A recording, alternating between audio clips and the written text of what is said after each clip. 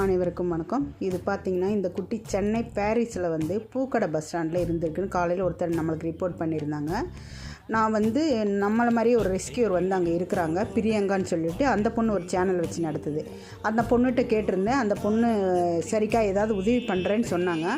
அதுக்கு முன்னாடியே இந்த வீடியோ எப்படியோ எங்கள் அனிமல்ஸ் குரூப் நளினி மேம்க்கு போய் அவங்க இதை ரெஸ்கியூ பண்ணி பிரியங்காட்ட கொடுத்துட்றேன்னு சொல்லியிருக்காங்க.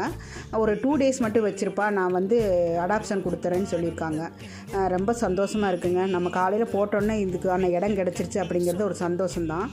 ஆனாலும் இப்படியெல்லாம் வளர்த்திட்டு நீங்கள் 2 பொண்ணை பெற்றுட்டு ஒரு பொண்ணை மட்டும் இப்படி ரோட்டில் விட்டு ஒரு பொண்ணை கூட்டிகிட்டு போவீங்களா?